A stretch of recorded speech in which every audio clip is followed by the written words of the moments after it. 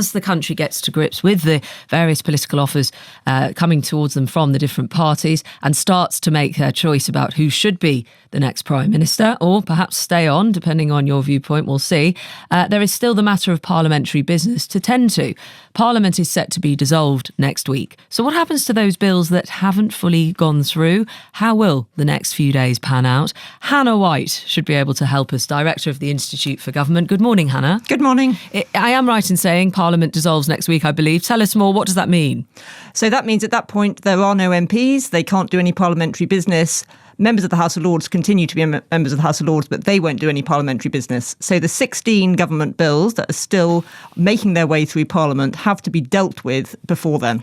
And can you give us an idea of those bills and how they might be dealt, just to remind some of our listeners to what's still on the books? Yeah, so there's a finance bill which is giving effect to the budget that we had earlier in the year. That's really got to get through. It might not get through unscathed because the parties will look at it between each other and sort of horse trade over which bits of it they like and they don't like. There's, of course, the Prime Minister's tobacco and vapes bill, which he has introduced and is very keen on.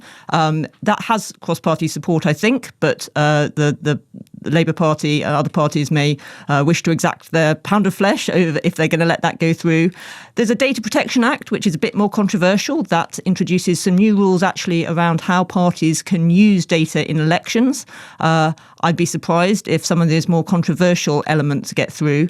And then, of course, there is the Victims and Prisoners Bill, which is nearly made all its way through Parliament, but that would give effect to the compensation scheme for the infected blood scandal, which we've heard so much about this week.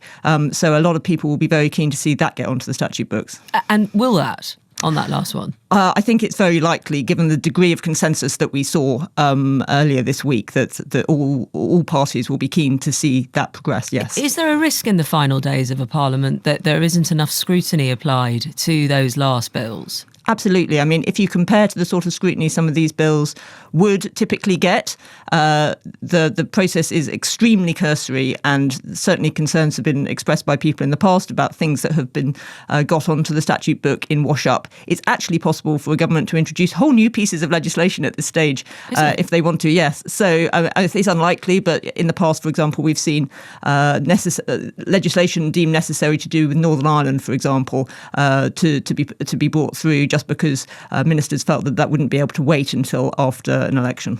And what happens in terms of constituency business? You cease to become an MP, but the next 5 weeks, once MPs are no longer MPs? Essentially, post bags fill up at that point. There's no way for MPs to pursue the interest of their constituents in Parliament.